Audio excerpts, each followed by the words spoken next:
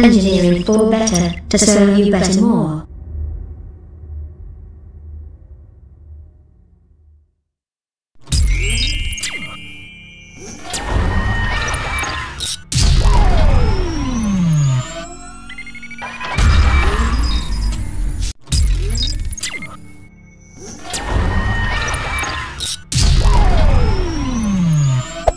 Hey there.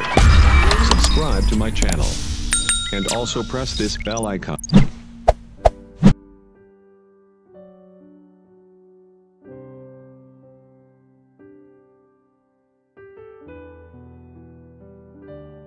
Sistem tata udara gedung dengan pembahasan AC split.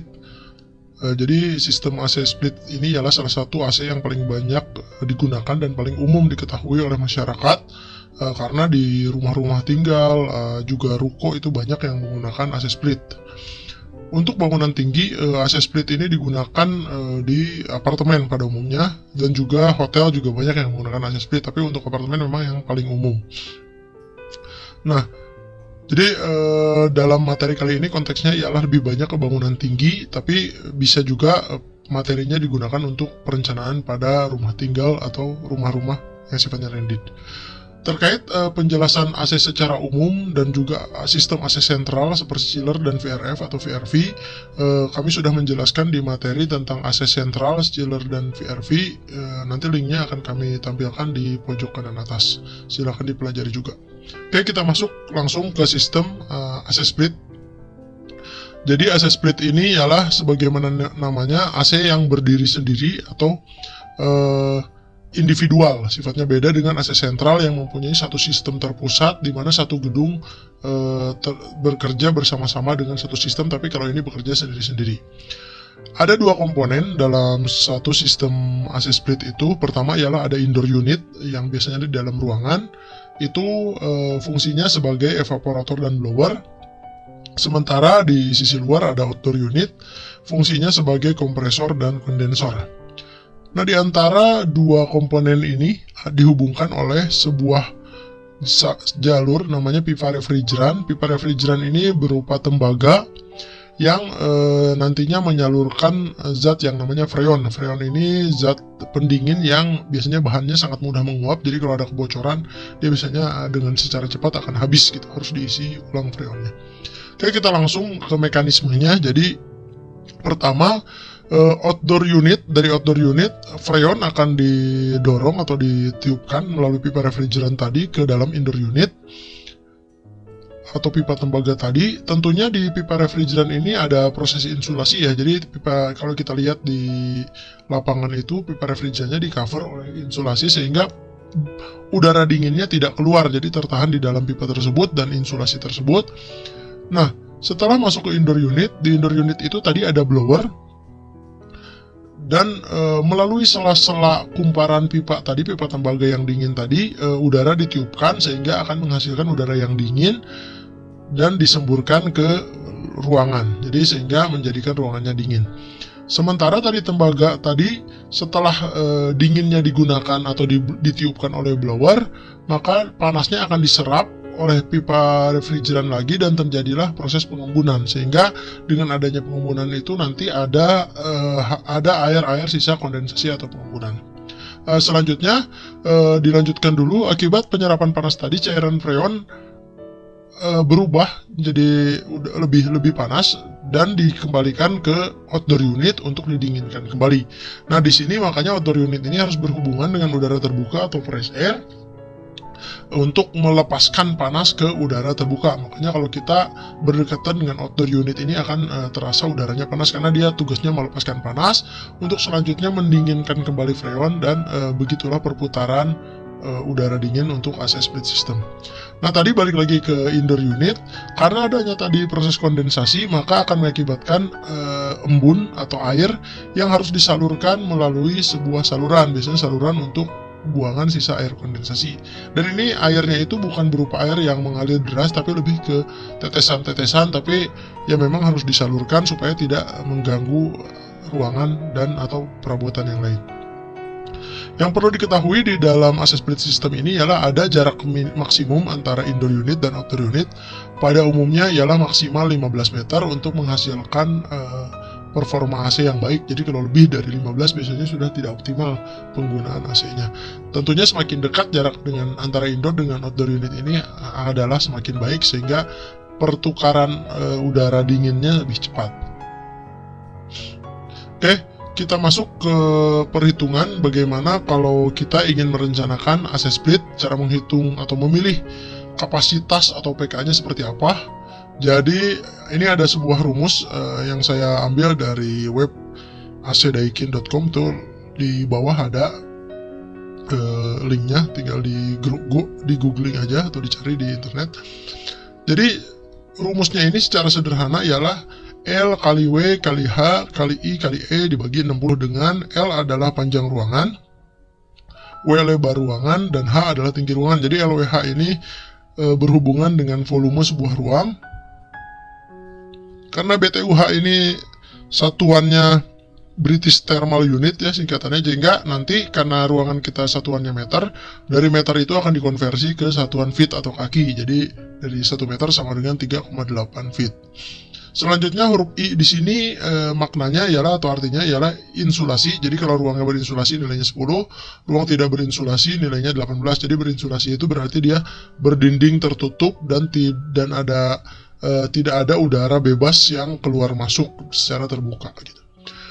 Dan ada juga nilai E ini menunjukkan orientasi dari bangunan itu sendiri. Misalnya sisi terpanjangnya apakah menghadap ke utara, timur, selatan, barat. Tentunya nilai terendah untuk ruangan adalah yang menghadap ke utara, dan yang terbesar adalah yang menghadap ke barat. Karena nilai E-nya ini matahari di barat pastinya lebih terik dan lebih panas, apalagi di Indonesia atau di kota-kota besar seperti Jakarta. Oke, kita langsung masuk ke perhitungannya. Misalnya ada sebuah ruangan, ada aktivitas di dalamnya, memiliki dimensi atau volume panjang 4 meter, sisi terpanjang yang 4 meter, lebar 3 meter, dan tinggi 3 meter. Maksud tinggi di sini adalah tinggi plafon, karena ini volume udara ya, bukan tinggi lantai atau tinggi atap, tapi tinggi plafon. Di sini kita konversi dulu dari panjang 4, lebar 3, tinggi 3 itu ke satuan feet. Jadi panjangnya 13,12, lebarnya 9,84, dan tingginya 9,84 juga.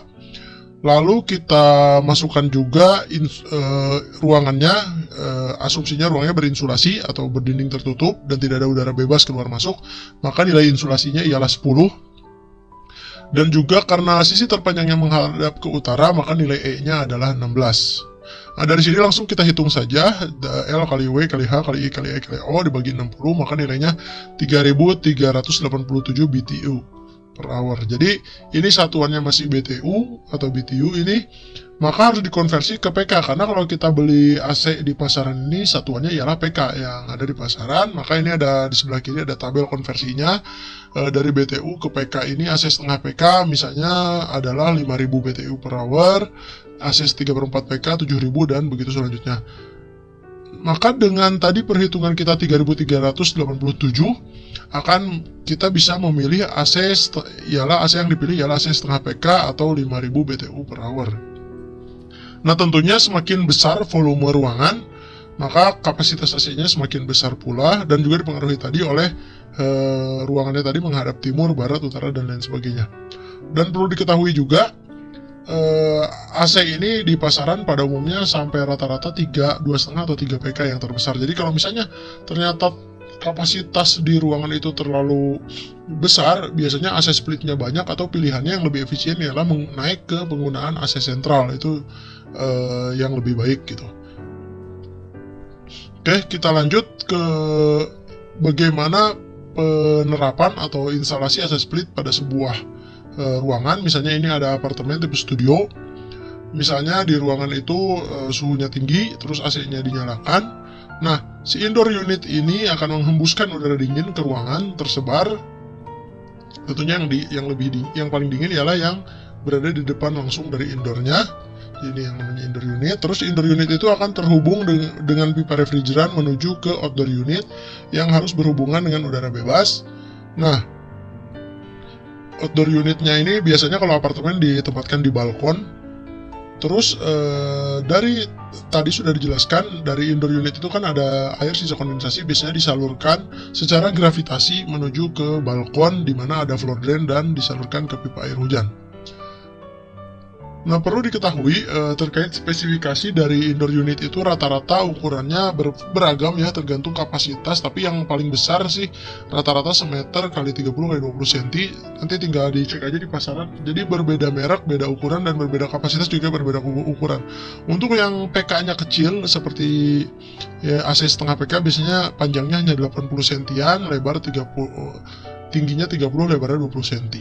Ada beberapa ketentuan dalam hal indoor unit ini. Pertama ialah sebaiknya penempatan indoor unit tidak mengarah langsung ke area kepala tempat tidur, karena kalau secara jangka panjang, apalagi kita tidur setiap hari secara jangka panjang terhembus dengan AC, udara dingin dari AC ini, maka tentunya akan ada gangguan kesehatan. Itu ada resiko di situ. Terus penempatan unit ini tidak boleh menempel langsung ke dinding dan plafon. Biasanya ada jarak bebas 15 atau 20 cm di setiap sisinya, minimal 15 cm. Itu juga untuk memudahkan nanti kalau pemeliharaan. Dan juga air kondensasi ini disalurkan ke saluran khusus, biasanya menggunakan pipa ukuran setengah in. Jadi tadi airnya bukan air deras yang mengalir, tapi lebih ke air tetesan. Biasanya pipa setengah in cukup.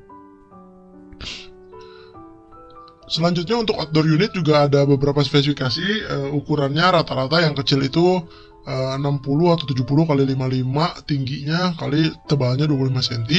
Ada beberapa ketentuan juga. Pertama, harus berhubungan langsung dengan udara luar karena dia terjadi proses pelepasan kalor atau penyemburan udara panas.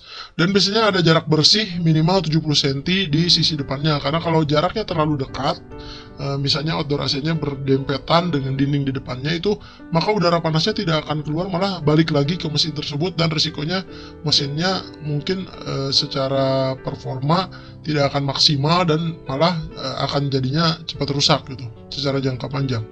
Terus sama juga dengan indoor unit, setiap sisi-sisinya tidak boleh berhubungan langsung ke dinding, biasanya ada jarak 15 cm di masing-masing sisinya.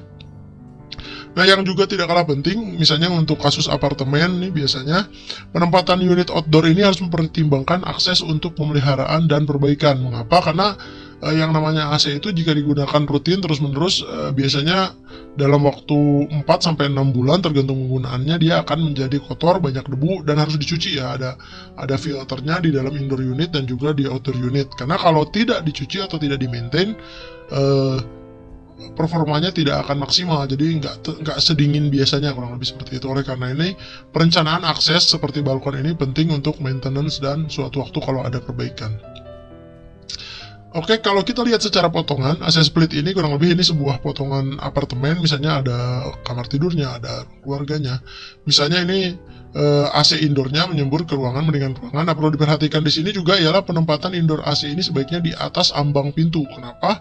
Supaya dengan ketinggian misalnya pintu 2,1 berarti kurang lebih 2,2 atau 2,3 itu, maka distribusi udaranya lebih maksimal. Jadi coverage-nya lebih banyak, dan juga biasanya ada pipa drain yang disalurkan secara gravitasi, sebaiknya ditempatkan bisa vertikal langsung ke bawah ke lantai atau di atas dari pintu atau jendela, sehingga sebaiknya di indoor unit ini ditempatkan di atas ambang pintu.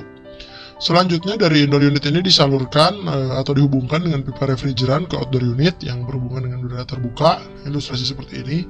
Terus juga dari indoor unit akan ada buangan air sisa kondensasi atau pipa drain yang terhubung ke balkon secara gravitasi masuk ke floor drain dan disalurkan pada umumnya ke pipa air hujan yang ada di balkon-balkon. Ini contoh kalau apartemen.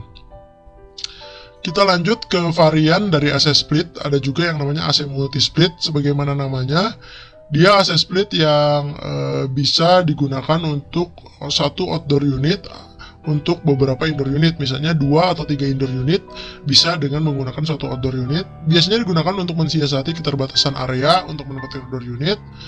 Nah, pada umumnya juga karena ini digabung 2 indoor atau 3 indoor menjadi satu outdoor, ukuran outdoor unitnya lebih besar dari tipe single biasa. Jadi ini ilustrasinya kurang lebih misalnya ada 2 indoor unit dihubungkan oleh pipa refrigeran ke outdoor unit. Nah, kurang lebih seperti ilustrasinya. Kalau secara denah, jadi misalnya ini sebuah apartemen, 2 kamar tidur, ada kamar tidur utama, kamar tidur anak, dan ruang keluarga. Jadi ada 3 ruang yang harus menggunakan pengondisian udara. Nah, sedangkan balkonnya ukurannya kecil, maka kita bisa menggunakan alternatif sistem AC multi split ini. Jadi misalnya indoor yang pertama diletakkan di kamar tidur utama, terus indoor unit yang kedua di kamar anak. Nah, ini sebaiknya karena keterbatasan balkon digabung menjadi satu sistem dengan pipa refrigeran ke outdoor unit di balkon. Nah, biasanya outdoor unitnya yang multi split ini ukurannya lebih besar. Jadi kalau tadi yang ukuran biasa itu 70 kali 55 kali 25, ini tingginya itu bisa sampai 90, ukurannya kali 80 kali 25. Jadi lebih besar, tapi dibandingkan dengan memasang 2 outdoor unit tentunya secara space ini lebih hemat. Selanjutnya ruang yang satunya, ruang keluarga, pakai AC yang terpisah dengan sistem single biasa, pakai outdoor unit yang lebih kecil dengan tipe single ditempatkan di atas tadi outdoor unit sistem multi. Jadi dia ada 2 sistem AC. Nah, ini tentunya ada beberapa kelebihan dan kekurangan. Tadi kelebihannya space-nya lebih efisien, tapi kekurangannya sistem multi ini adalah kalau suatu waktu ada pemeliharaan atau kerusakan, misalnya di kamar tidur anaknya AC-nya rusak, perlu diperbaiki, maka kamar tidur utama juga tidak bisa digunakan. Beda dengan sistem single biasa ya, kalau single biasa yang satu sedang diperbaiki atau sedang dicuci, yang satunya tetap bisa berfungsi dengan normal. Kelemahannya seperti itu. Oke, kita lanjut lagi. Terkait pipa buangannya, ini juga biasanya digabung dengan pipa drain atau air sisa kondensasinya masuk ke balkon sama ke floor drain dan ke pipa air hujan. Jadi ini alternatif lain untuk keterbatasan ruang untuk menempatkan outdoor dengan sistem AC multi split. Oke, kita lanjut ke AC split duct. AC split duct ini ialah biasanya digunakan pada ruang-ruang yang pengennya kelihatan lebih bersih gitu, tidak ada unit AC yang muncul di interiornya, misalnya di dinding itu ada indoor AC. Biasanya pengennya ada beberapa orang atau fungsi ruangan yang sebaiknya indoor AC-nya disembunyikan. Jadi kita langsung ke contohnya aja. Ini misalnya sebuah ruangan, biasanya digunakannya sistem ini untuk hotel dan juga apartemen yang kelas mewah. Nah, biasanya sistem split duct itu sebagaimana namanya, dia sistem AC split tapi menggunakan duct atau ducting. Jadi indoor unitnya disembunyikan di dalam plafon, jadi di antara plafon dengan plat lantai di atasnya. Nah, tentunya juga bentuk plafonnya dimodifikasi atau disesuaikan dengan keberadaan indoor unit itu sendiri. Dan indoor unit ini nanti akan terhubung dengan diffuser atau saluran untuk mengeluarkan udara atau menghembuskan udara dingin melalui ducting, sehingga namanya split duct. Nah, ini biasanya bisa lebih fleksibel ductingnya dan posisinya, bahkan grillnya itu juga bisa dipilih grill yang horizontal sehingga tersamarkan di ruangan. Nah, biasanya plafonnya didesain sedemikian rupa sehingga grill AC-nya tidak terlihat tapi udara dinginnya terasa. Biasanya dikombin juga dengan desain plafon yang baik dan indirect lighting, biasanya kayak gitu. Jadi ini contohnya biasanya di apartemen mewah dan di hotel-hotel. Nah, tadi dari ducting tadi disalurkan udara dinginnya sama ke dalam ruangan. Nah, ini juga sama ya, ada pipa refrigeran yang terhubung ke outdoor unit. Ya, tentunya outdoor unit harus dengan udara terbuka tetap. Nah, nanti pipa drainnya bisa alternatif lain disalurkan ke sisi, tidak ke balkon tapi ke pipa-pipa yang ada di dalam, misalnya di area kamar mandi ada subplumbing. Nah, nanti ada pipa khusus yang akan menampung secara kolektif pipa drain dari air sisa kondensasi tadi.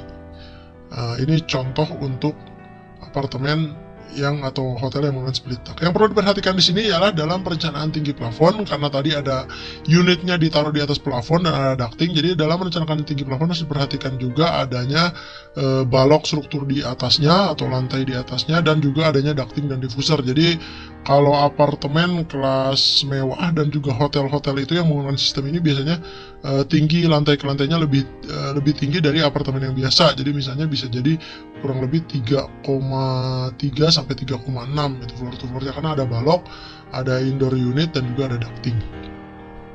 Oke, itu mengenai sistem split duct. Yang terakhir ialah ada juga alternatif penempatan unit AC, di mana outdoor unitnya ditempatkan secara terpusat atau kolektif. Ini biasanya pada bangunan-bangunan yang tidak ada balkon atau tidak menghendaki adanya balkon. Ini juga banyak di hotel-hotel dan juga apartemen-apartemen yang misalnya tidak memiliki balkon bisa menggunakan alternatif seperti ini. Jadi misalnya ini sebuah apartemen, contohnya misalnya di situ ada indoor unit di setiap masing-masing unit, maka outdoor AC-nya ditempatkan secara kolektif di area-area khusus, dinamakannya AC Lodge atau tempat menyimpan outdoor AC. Nah, seperti biasa, outdoor AC ini juga harus terhubung dengan udara terbuka. Jadi biasanya outdoor AC-nya tuh ditempatkan secara terpusat, tapi jumlahnya sama ya, seperti tipe single. Dan biasanya harus karena berhubung dengan udara terbuka, biasanya di fasadnya itu disamarkan dengan penggunaan grill-grill atau kisi-kisi sehingga tidak tampak outdoor AC-nya dari luar. Nah, untuk pembagian zoningnya biasanya nanti si pipa-pipa refrigeran penghubung antara indoor unit dan outdoor unitnya ditempatkan di koridor-koridor. Nah, jadi ini pipa refrigerannya melalui koridor bersama, jadi tidak melalui unit, tembus ke unit, tapi semuanya ke koridor dulu baru disalurkan ke masing-masing outdoor unit. Nah, yang perlu diperhatikan di sini ialah sebagaimana standar jarak dalam sistem split itu ada maksimum 15 meter dari indoor ke outdoor unitnya, maka sebaiknya diatur dengan penzoningan seperti digambar.